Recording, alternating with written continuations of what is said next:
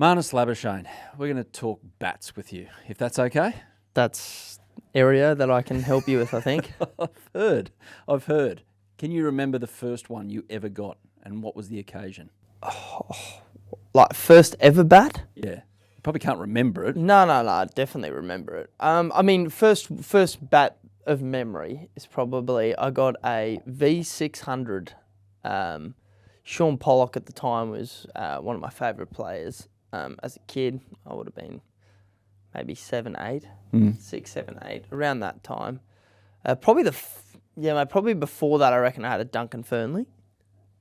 Old school. But the first bat of memory was V600, then V1200. Because Jarkals was obviously my favourite player growing up, and so they were probably the first bats that come to mind when I think about my first bats. Have you still got them? No. I'm not sure where they are. I wish I still had them. That'd be an ornament, wouldn't they? That would be, yeah. I mean, as a kid, you always sort of just go through bats and you want the next best thing, and then, as you find out now that everything becomes vintage or heritage, and imagine if you still had that, that would have been cool. That would have been cool. At what point did bats become, not just a tool of trade, but is it a hobby for you? I don't know. No. Is it an obsession? What is it with bats and you? I mean, since I was a kid, I think, you always, bat was in bed with you when you got a new bat. You knocked it in. You did everything. You oiled it. You did, because obviously now you've got the luxury of having, numerous bats. But back then, that was your bat for a year or two. So always, it was a big part. Even growing up, when you first, playing rep teams and stuff like that, you always looked after your bats like it was, prized possession. So little Marn gets a new bat.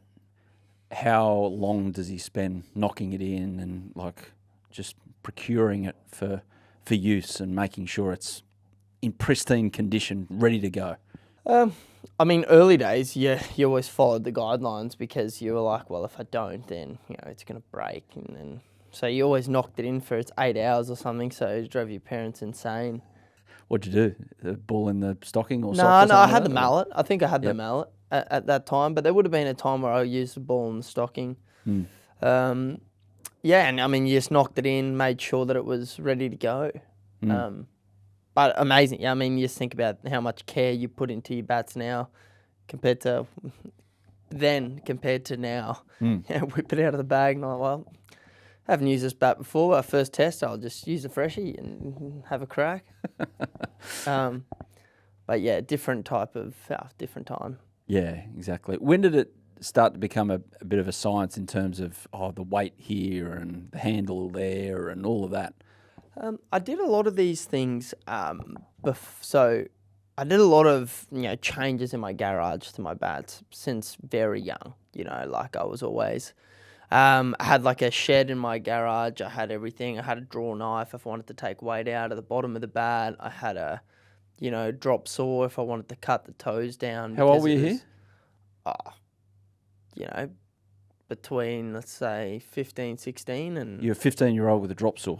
I mean, I knew how to use a drop saw at 15. Woodwork at school? Yeah, woodwork at school. But I mean, always, Dad and I were building stuff in the backyard or growing up. So I always had that sort of handyman tool. So I had that shed, and then, if I wanted bats, because back then I probably didn't have the luxury of, speaking to the bat maker at Kookaburra now, Lockie. I'm on the phone to him now, maybe once or twice a week. We're talking about changing the bats, changing where the weight is, doing this, doing that. I want the handle slightly thinner. We're talking like a mil thinner. I want a mil thinner handle like this one. But back then I didn't have that luxury. So I was in the garage going, oh, well, this handle's a bit thick. Take the string off, sand it down, try and get the feel right. Had my calipers, making sure the mills are right, then restring it at home by myself. Maybe if I felt the bat was too long or too heavy and I didn't want to change the shape of the bat, I wanted to bring the balance of the bat up higher, so I would cut the toe off, make it slightly shorter. So I did all sorts. This was in high school? Oh, yeah. Yeah. High school, yep. And then that sort of continued, even when I was, early days, just playing first class cricket, always took care of, always was making changes to my bats. How'd you go on first dates with girls at high school? And then, you get to know each other and you say, oh, what are you into? And I said, oh, well, on the weekend, I really love shaving a mill off my bat handle. Oh, didn't go on many dates. Enough said, I think. Didn't go on many dates at school. Too fixated on cricket, I think, so... Hey, it worked out. Wasn't the time. Well, it's fair to say. It did, yeah. It's fair to say. But yeah, that is fascinating. So now, let's spin it forward to now. So your friends at Kookaburra, so Lockie, who just sees your name pop up and go, here we go, let's get into some cricket bat talks. Oh, he definitely screen it sometimes, I reckon. Would he? Definitely screen it. Do you ever screen his calls? I mean, family related, yeah. So if I'm with my daughter or something, but I mean, not from a... that's enough. Is he in your favourites? Surely he's got the staff treatment down the bottom left. A conversation last week where I was on the phone, and I'm a FaceTimer, so we're FaceTiming each other. Yeah. He's in the shed FaceTiming, and I'm there. I'm going. Oh, I'm back to the work. So he knows that bat. So he knows when I say a bat, he knows the bat. He knows exactly the bat. We know the weight. We know what weight handles in the bat. We've recently worked with these people, with these group out at Moorabbin, the CPL. So they're about the BPI of a bat. So it's kind of another measuring tool for bats rather than just weight. So it gives you, you can have different weight bats swing the same. So, you can have a light bat with a low middle that picks up the same way as a heavier bat with a high middle. Yep. So anyway, a bit more science. We can get down to that. A lot of science. But yeah, so we've been working with them for the last 2 years or a year and a half. So that's also helped us get a better understanding of our bats and how to make them, using different bats for different conditions. So you'd have a vastly different weighting and balance and everything for a bat that you take to India as opposed to England, as opposed to playing at the... How long do you have here? Yeah, no. This is... Yeah. Give us a 60-second version if you can. Or a 90-second version. Righto. So I'll give you 60. So the BPI is balance point index. So effectively, how far from the top of the handle, the balance point, the middle point of the bat is. So if you're changing that, and it shows in the research and stuff we've done, is it shows that the literal amount of stuff so if I put one piece of tape at the bottom of the bat, it changes the bat completely. So we're thinking like that's little, but it changes it dramatically. So I've got bats. So the bat I currently use in England was a 2.9.5 bat. Yep. But the balance point was real low on the bat, so it picked up heavier. So we've got a light handle, low balance point, so it picks up heavier. Because the ball doesn't bounce as much. So you have your center of mass closer, and with that bat, so we did a 2-day camp where we worked out, which bat is the best for which area. Yeah. So what within England itself? No. No.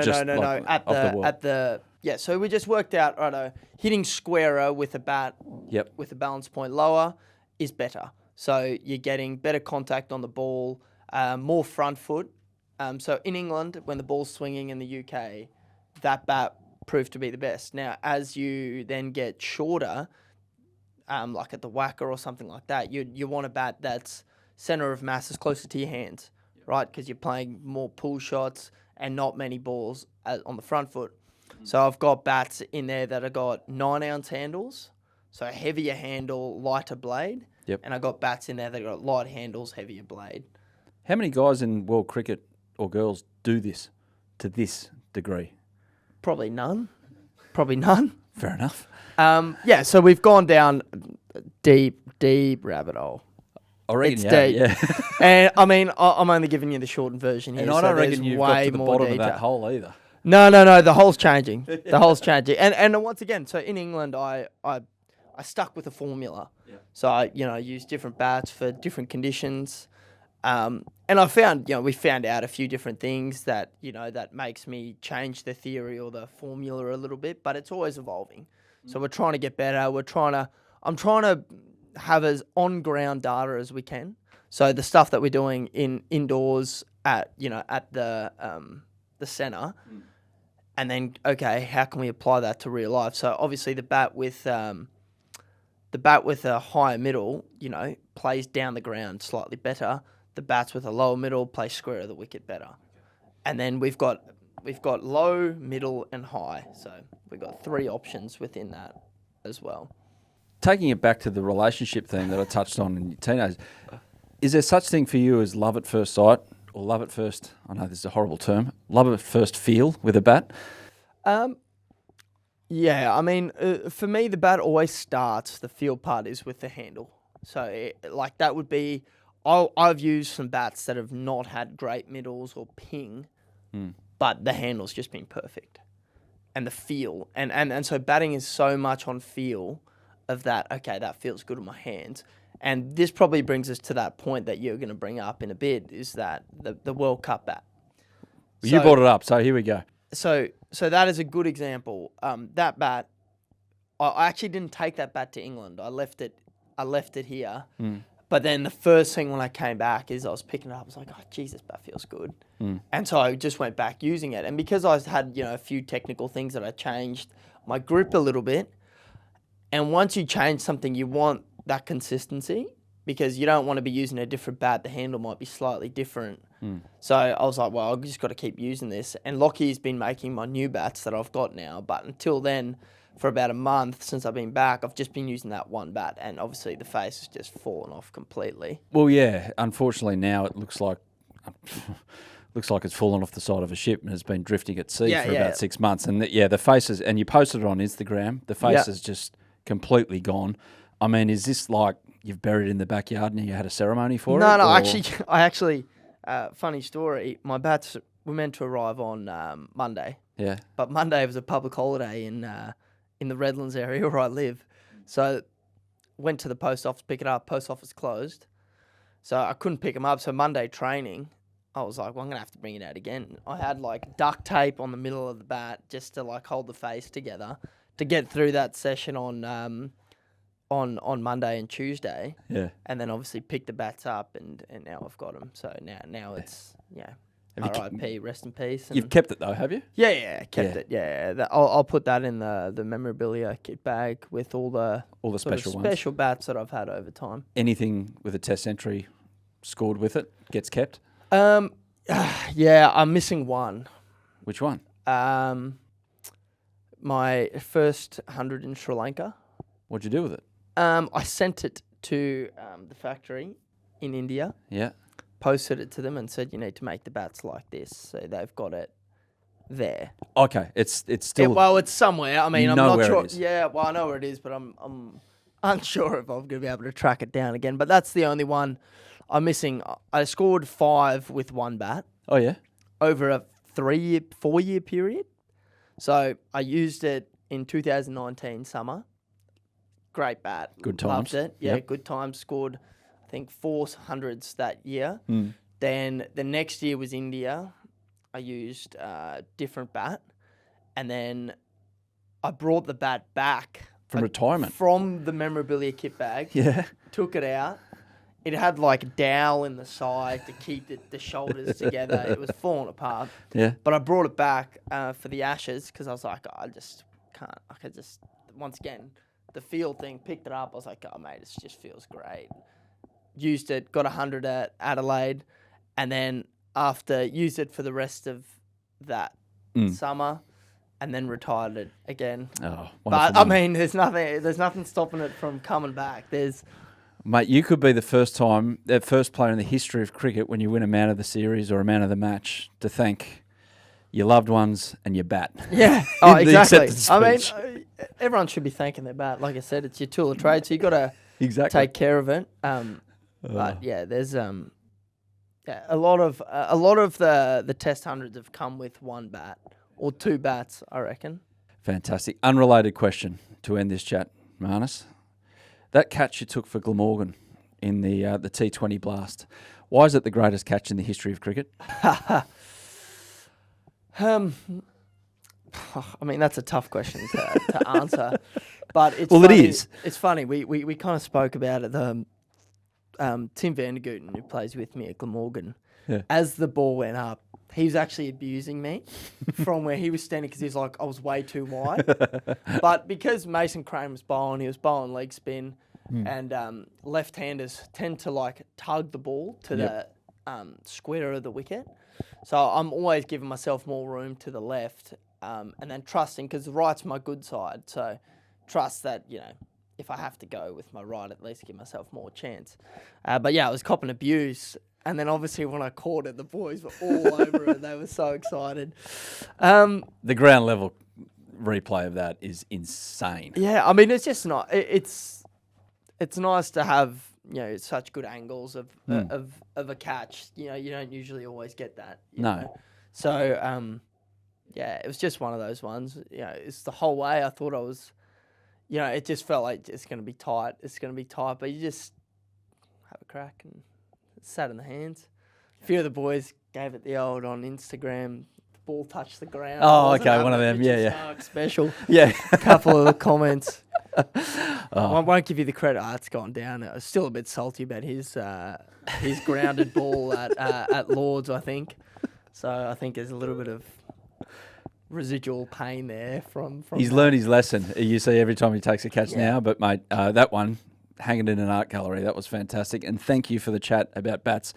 I reckon we scratched the surface. We got about don't worry. 0.1% into the rest of the 100% about bats. But thank you, mate. No, I hope you guys enjoyed it.